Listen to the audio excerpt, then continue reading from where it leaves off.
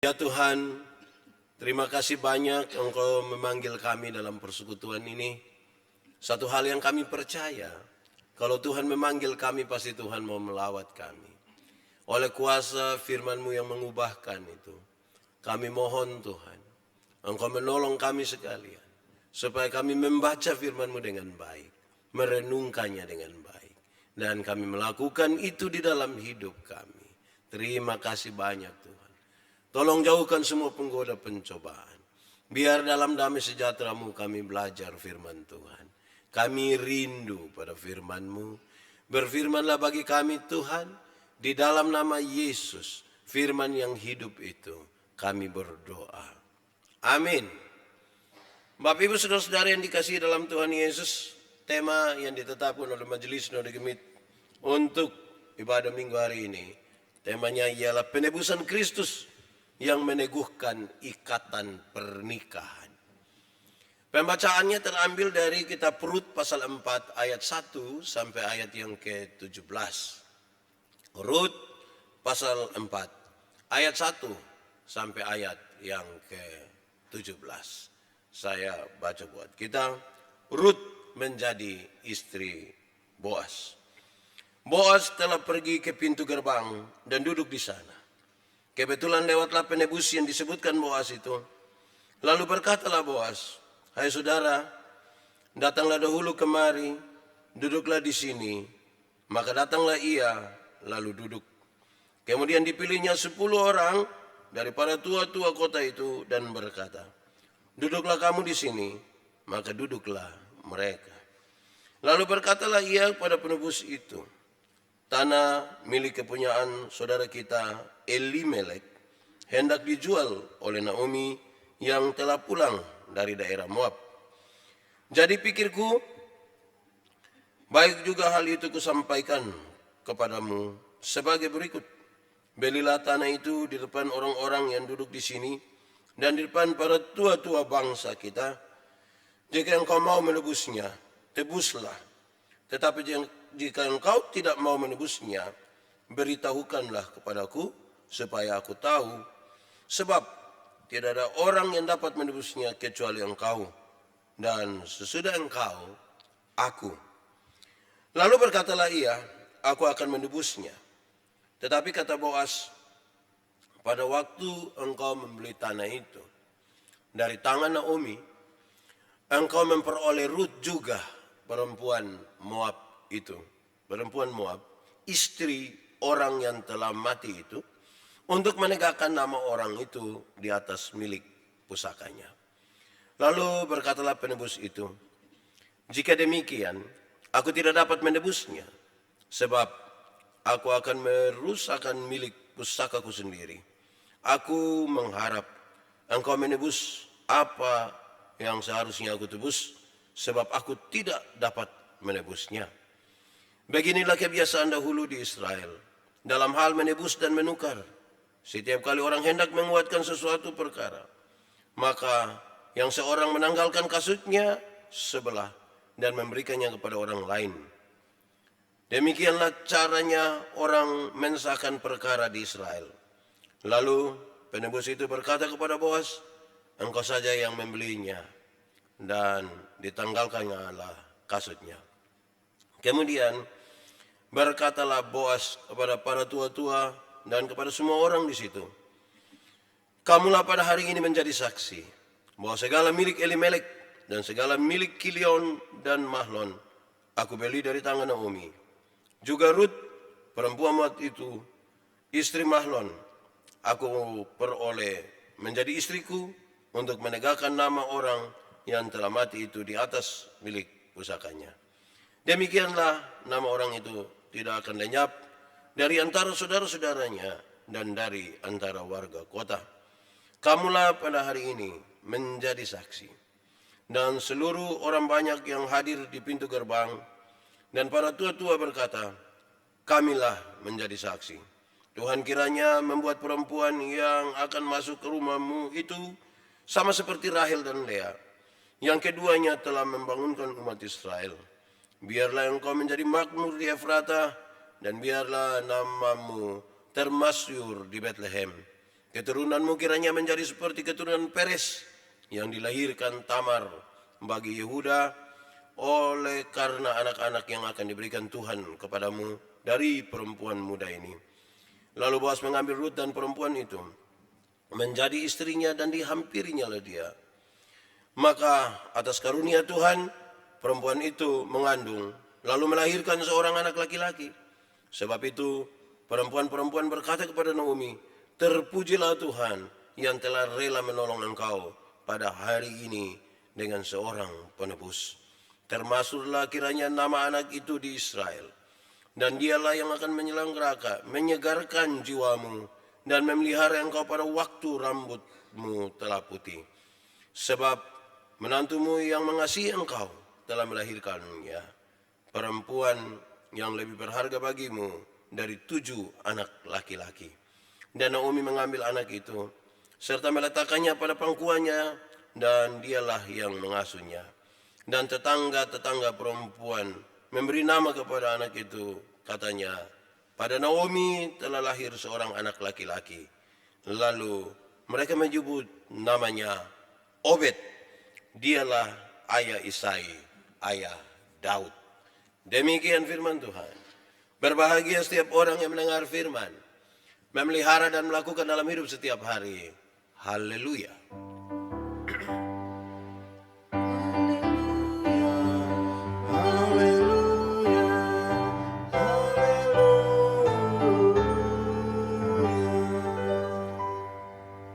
Bapak Ibu Saudara-saudara, Shalom. Selamat pagi buat kita semua. Kita masih ada di bulan Oktober. Gemit menetapkan bulan Oktober sebagai bulan keluarga. Dengan harapan di bulan keluarga ini kita bisa merenungkan kembali. Kita punya keluarga. Pasti tidak kebetulan. Tuhan menempatkan kita sebagai suami, istri, anak-anak, orang tua, bahkan sampai ipar-ipar dan seterusnya. Khusus untuk hari ini, dalam tema tentang penebusan Kristus yang meneguhkan ikatan pernikahan, maka khotbah ini, perenungan ini, atau pemberitaan di minggu ini lebih diarahkan kepada pasangan-pasangan suami istri. Yang belum bersuami dan belum beristri, tenang-tenang saja. Saudara tidak usah, pokoknya saudara diam-diam merenungkan. Yang sudah beristri dan bersuami atau pernah, saudara ingat-ingat kembali, apa memang saya pas dengan itu kira-kira. Nah, bagi saudara-saudara pasangan suami istri mesti ini renungkan bersama-sama dulu. Kapan terakhir kali kita masih bisa bersama-sama dalam kemesraan? Kapan kita masih duduk bersama? Kapan kita masih berdoa bersama? Duduk bersama itu supasti. Kau di oto juga duduk sama-sama. Tapi bisa sadong main HP sendiri-sendiri. Dong dekat tapi hati jauh satu dari yang lain.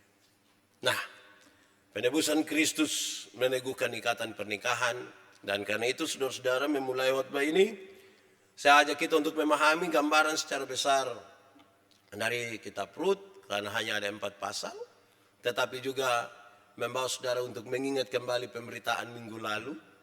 Karena minggu lalu juga terbaca dari Rut. Memang Rut itu dalam kisahnya harus kita baca kesetuntas semuanya. Baru kita paham alur dalam kisah itu.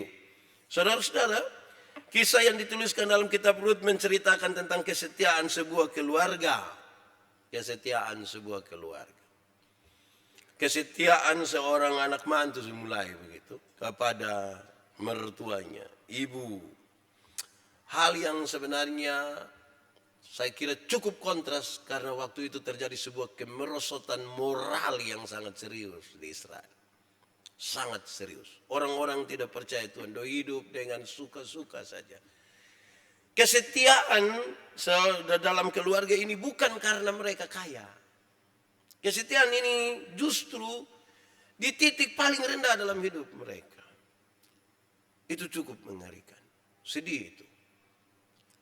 Saya kira minggu lalu pemberitaan bahwa ketika ada terjadi sesuatu, maka keluarlah Elimelek, Naomi dan kedua anak laki-laki. Mereka pergi ke tanah Moab. mereka tinggal di sana. Tidak lama Elimelek mati.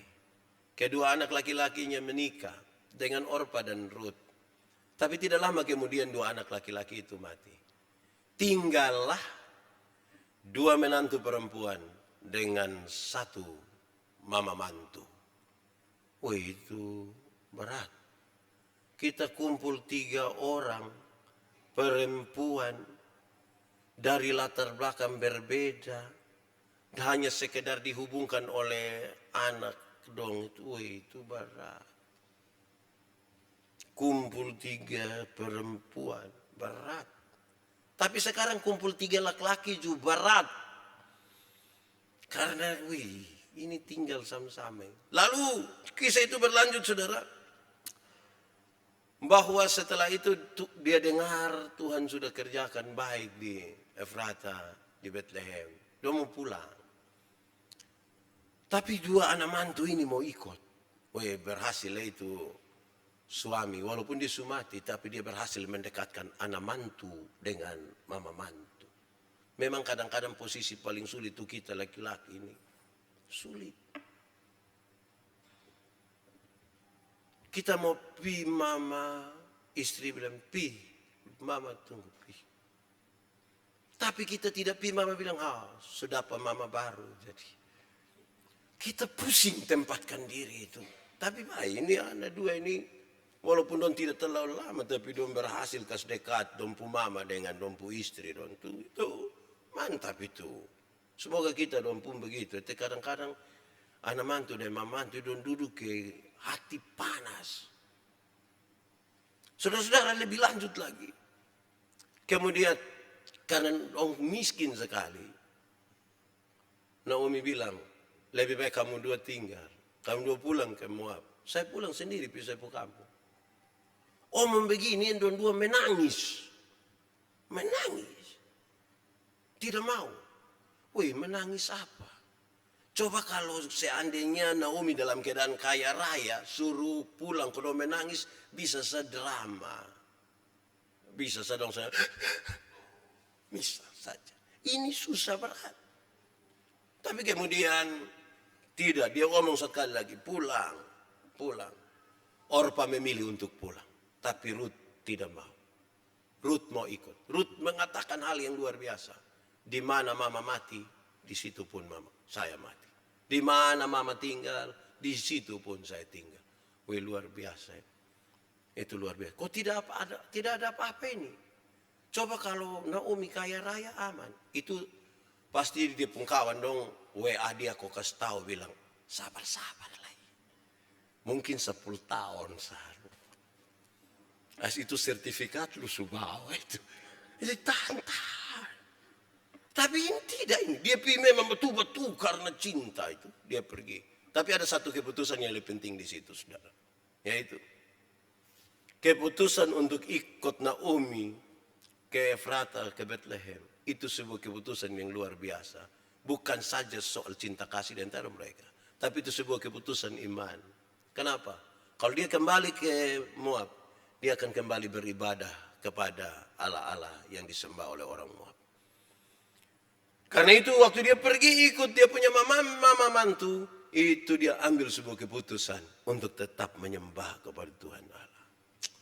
Saya kira cukup berhasil ini suami, walaupun don tidak lama, tetapi berhasil untuk bukan saja kasih dekat anak mantu dengan dompu mama, tetapi juga untuk mengenal Tuhan Allah. Saya kira itu hal yang luar biasa. Saudara-saudara, Boas kaya raya.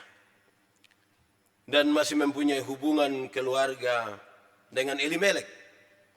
Dia bersedia untuk membeli tanah yang dijual oleh Naomi. Dia bersedia. Nah, saudara-saudara, karena itu maka kita memahami dulu 2 kata kunci dalam tema ini. Penebusan Kristus meneguhkan ikatan pernikahan. Kita lihat dulu tentang penebusan. Nanti ikatan pernikahan sebentar kita bicara. Penebusan itu saya bagi 2. Pertama, penebusan di Israel. Penebusan dalam konteks perjanjian lama. Di perjanjian lama itu, penebusan itu menarik. Kenapa? Karena yang pertama, orang yang menebus anak saudara itu dia menebus mereka dari perbudakan.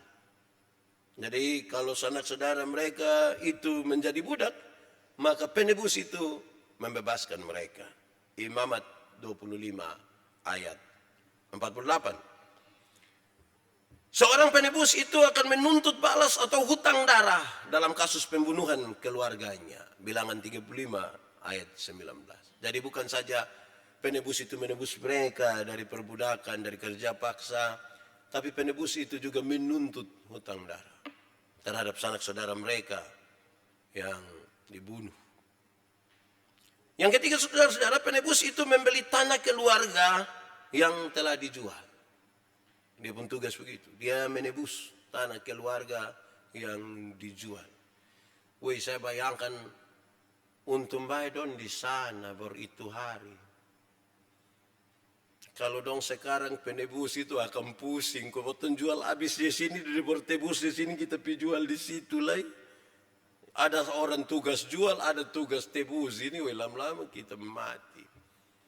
Keempat, saudara-saudara, penebus itu bertanggung jawab mempertahankan nama keluarga dengan mengawini janda sanak saudara yang memiliki anak.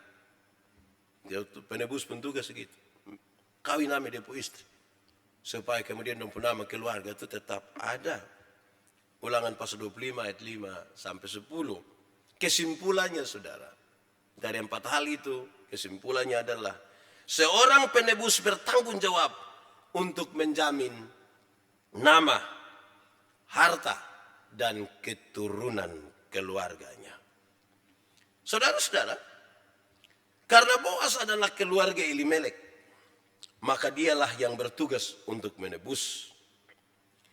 Jika Boas tidak menjalankan tugas ini, maka nama Elimelek akan lenyap. Tidak ada lagi. Saudara-saudara, pada pasal 3 ayat 11 sampai 13, meskipun Boas berjanji akan menjadi penebus bagi Rut dengan menikahi Rut, namun Boas tidak gegabah. Dia tidak buru-buru. Dia tidak mau melanggar hukum.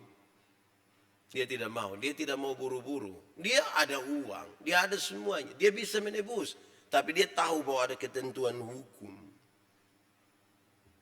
Dia bukan yang paling berhak. Ada satu keluarga yang lebih dekat. Mesti itu orang duluan dulu. Kalau nanti itu orang tidak bisa, baru dia maju. Tapi dia bukan hanya pikir, saya tunggu saja. Jadi saudara lihat dia tidak buru-buru. Kita ini kalau ada mau sesuatu yang kita buru-buru. Saya kasih nikah orang beberapa waktu terakhir ini, saya bilang memang orang kalau suka pingin nikah itu, tidak ada orang bisa nasihat ame sendong. Orang yang sementara jatuh cinta itu sulit terima nasihat. Semua aman-aman, semua cepat-cepat. Saya tanya dong, kenapa kamu mau nikah cepat-cepat? Pak, daripada jaga jarak terusin, lebih baik kita dekatkan. Oh, rupa-rupanya yang buat kita tidak bisa jaga jarak itu adalah pernikahan. Yang belum menikah dong dia kok cepat-cepat sudah, supaya bisa jaga jarak. Tidak jaga jarak lagi. Selanjutnya saudara, mari kita lihat penebusan dalam kitab perjanjian baru. Itu penebusan di kitab perjanjian lama. Sangat menekankan pada sisi jasmanianya. Sekarang mari kita lihat penebusan pada perjanjian baru. Di perjanjian baru itu saudara-saudara, penebusan terjadi kira-kira begini. Kedatangan Tuhan Yesus Kristus itu sebagai puncak dari rencana penyelamatan Allah. Manusia jatuh dalam dosa. Tuhan Allah tidak mau membiarkan manusia binasa, tidak mau manusia celaka. Maka Tuhan merencanakan untuk penyelamatan, penebusan ini. Dipanggillah satu orang, Abraham. Menjadi satu bangsa, namanya Israel.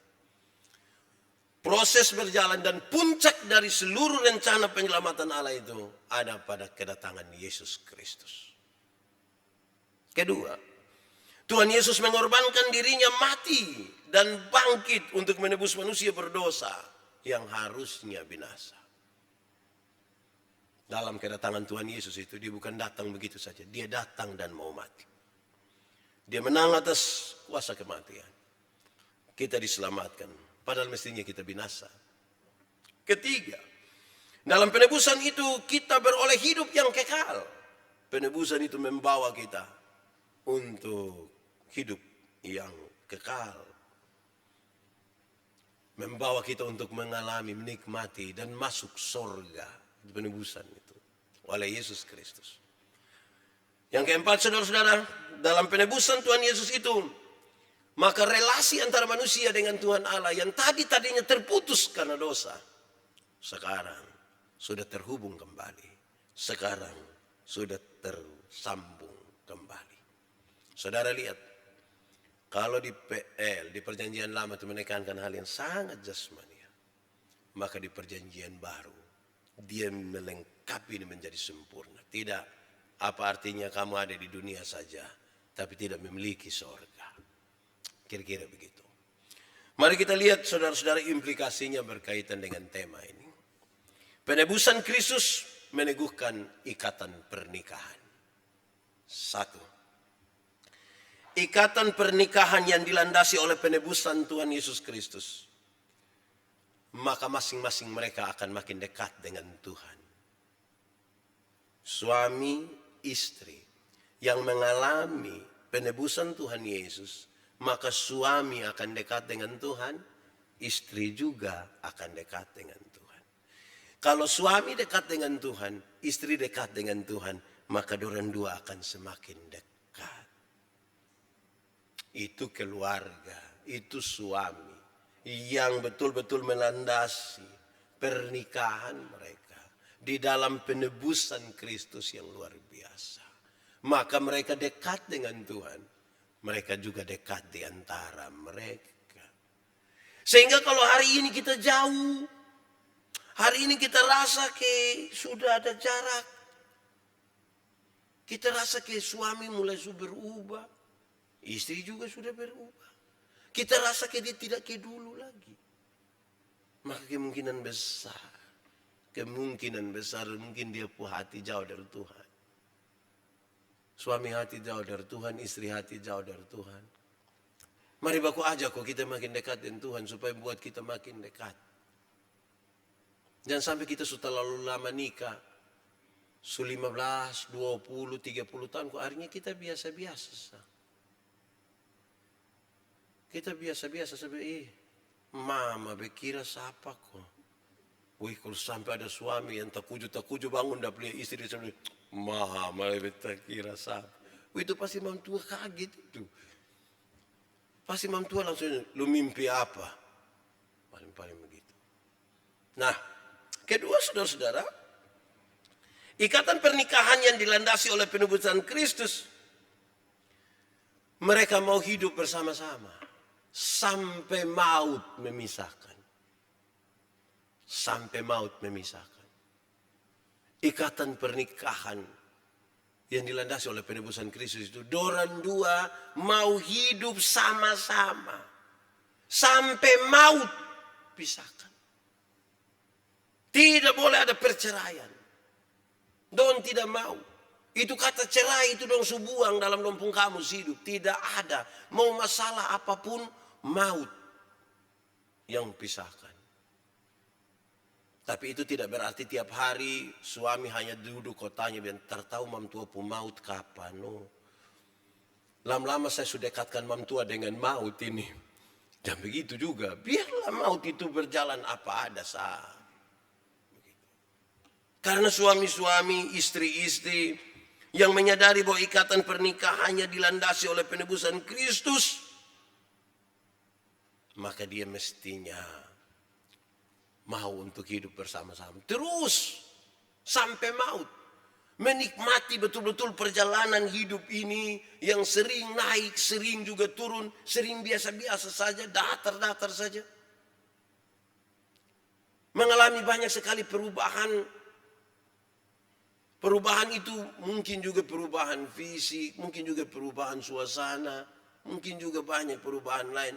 Tapi kan kita landaskan itu pada penebusan Kristus, kita mau berjalan bersama-sama.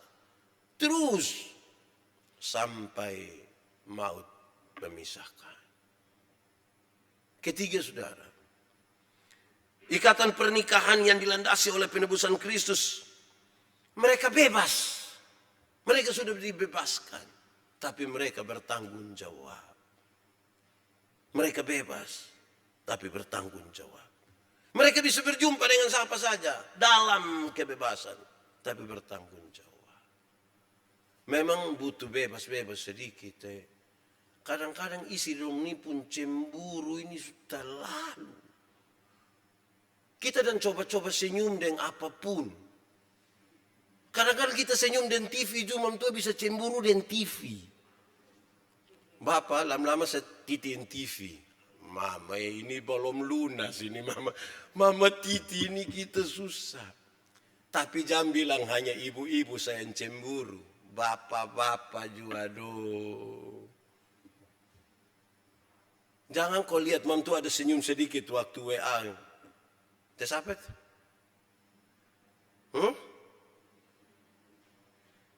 Yang kawan dulu itu. Aha. Ada harus lihat berapa hari ini ke apa kok.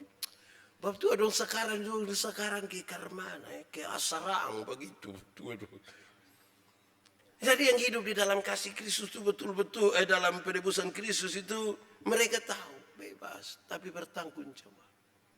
Itu saya kira hal yang luar biasa. Itu hal yang luar biasa sekali. Karena apa? Karena mereka sadar betul Tuhan menebus kita. Relasi ini kan jadi baik toh. Maka kita bebas tapi bebas bertanggung jawab betul-betul. Bebas mengekspresikan kita punya rasa. Saya takut bahwa kita ini tidak pernah dengar kata cinta lagi. Kita ini jarang dengar itu kata dari suami, dari istri. Mungkin 5 tahun, mungkin 6 tahun. Jadi terkujud dengar ini khotbah ini, terus pulang suami berpikir, betul lah, beta sulama son om cinta. Biarin hari beta bilang dulu, mama, beta cinta mama. Mam tua tinggal bilang, mau apa nak omong, aduh, lebe, kau su bikin ke anak SMA dong ini. Karena kita sudah terlalu terbiasa tidak bicara itu. Kita sudah biasa-biasa. Sepertinya perjuangan kita itu hanya perjuangan sampai di pelaminan sah. Selewat dari itu kita sudah. Berjuang itu berjuang terus. Dia harus sampai di perjuangan tanpa. Jangan berhenti. Saya takut kalau kita pun kemesraan tidak ada. Saya takut kalau kita biasa-biasa saja. Hanya karena kita kebetulan tinggal satu rumah. Wih, tinggal satu rumah baru hanya kebetulan itu bahaya. Kita rasa kita sangat jauh. Apalagi kalau alasan panas kok kita mulai tidur separuh di kamar sebelah, separuh. Wih. Bapak mengalah biar beta tidur di lantai sama mama di atas. Tidak apa. Itu pasti ada hal. Dan nanti jangan sampai baru mau sentuh sedikit. Kok ada panas begini bu. Wih. Jangan yang surencana begitu dong. Kasih dingin hati. Supaya baik-baik itu. Keempat saudara-saudara. Ikatan pernikahan yang dilandasi oleh penebusan Kristus. Menjadikan rumah tangga mereka itu adalah gambaran relasi manusia dengan Tuhan Allah. Gambaran relasi. Saya sengaja bedakan ini dengan yang pertama. Supaya kita lihat bahwa begini. Rumah tangga yang melandasi pernikahan mereka di atas penebusan Kristus itu. Melihat rumah tangga mereka. Orang melihat relasi dengan Tuhan Allah. Gambaran tentang Israel dengan Tuhan Allah dan gambaran mempelai laki-laki, mempelai perempuan. Siapakah dia yang muncul di padang gurun, yang bersandar pada kekasihnya? Omong padang gurun itu omong itu di pengkhotbah Kidung Agung. Itu kan bicara tentang sebuah suasana yang gersang sekali. Kering. Badai gurun bisa datang kapan saja. Kalajengking beracun, ular kobra. Masalah-masalah di gunung serius. Tetapi seperti seorang mempelai perempuan menaruh kepala pada pundak kekasih.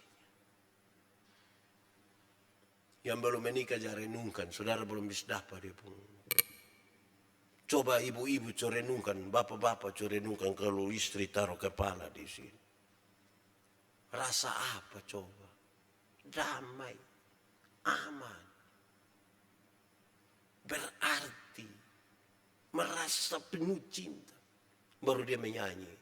Berada di pelukanmu, mengajarkanku.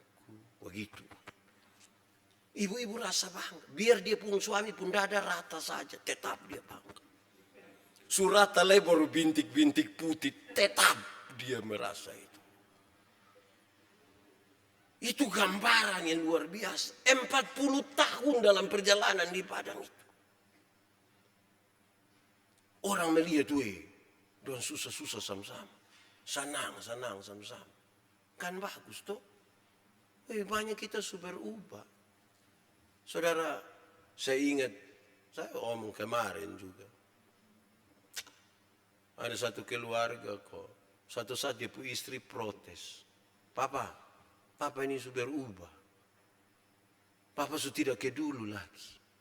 Bapak lain. Bukan sama kayak dulu kita masih pacaran. Bapak tua bilang, berubah di mana? Bapak dulu ini pacaran. Bapak masih traktir makan. Beli cincin. Sedikit-sedikit bilang tutup mata. Mau taruh ini. Sekarang kenapa itu tidak ada lagi? Dia pun suami jawab santai mama coba cek. Nelayan mana yang kalau sudah dapat ikan dia masih buang umpan lah mama. Sudah ada itu. Dia pun istri simpan baik-baik itu. Simpan. Malam mau tidur dia pun istri masuk duluan di kamar kunci pintu. Bab tua datang ya mama. Kenapa suku kunci pintu? Buka dong. Buka dulu. Tidur di luar. Mama ikut kita suami istri. Mam tua hanya bilang, Bapak coba cek. Nelayan mana yang mau tidurin dia pu ikan.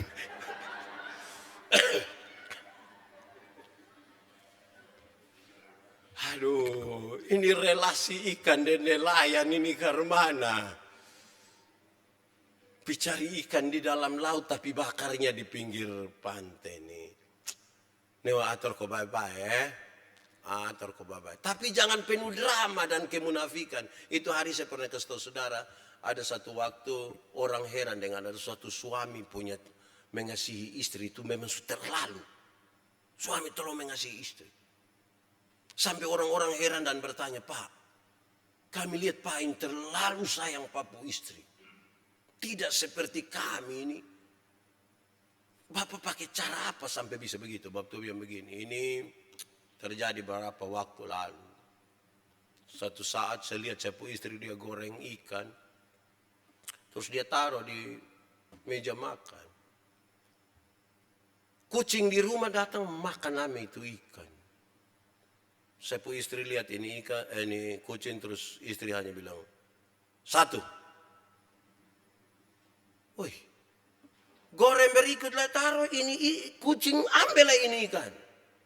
Saya punya istri dengan marah bilang, 2. Istri taruh lagi, kucing datang ambil lagi di satu waktu. Saya punya istri bilang, 3. Langsung memtua ame potas, taruh, matilah itu kucing. Waktu saya lihat itu saya marah, saya punya istri, Mama, kenapa Mama lakukan itu?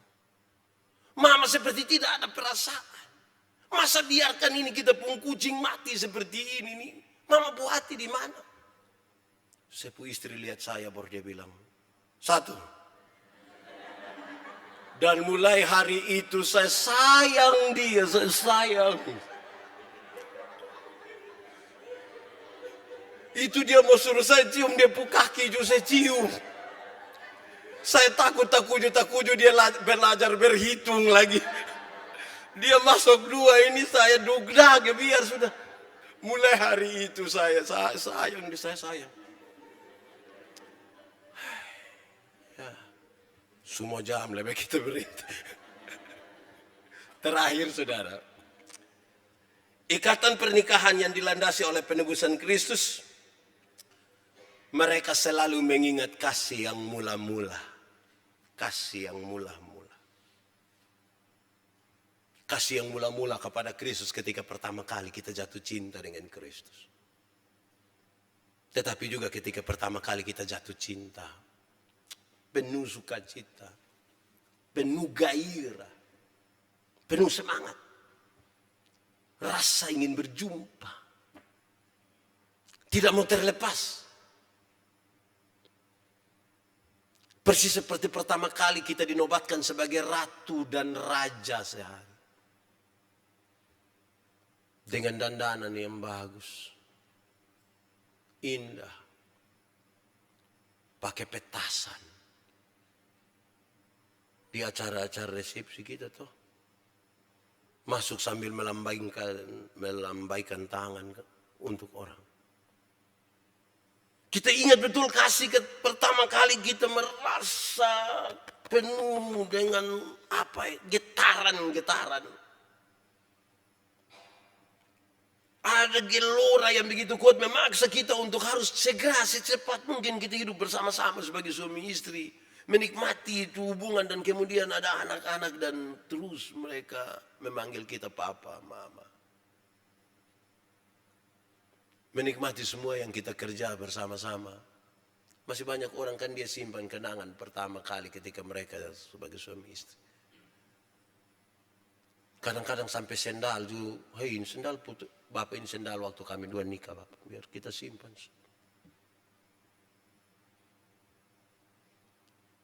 Mungkinkah kita masih ingat kasih mula-mula?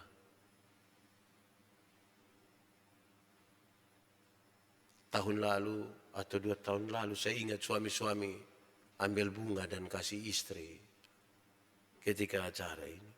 Sekarang itu bunga dong sudah tidak ada. Tinggal kita puhati sayang harus dari kasih yang mula-mula. Tuhan memberkati kita. Mari kita tunduk kepala di hadapan Tuhan. Kita siap hati kita dan kita ingat kasih mula-mula itu. Kasih di mana kita jatuh cinta. Jatuh cinta kepada Tuhan, jatuh cinta kepada istri, jatuh cinta kepada suami.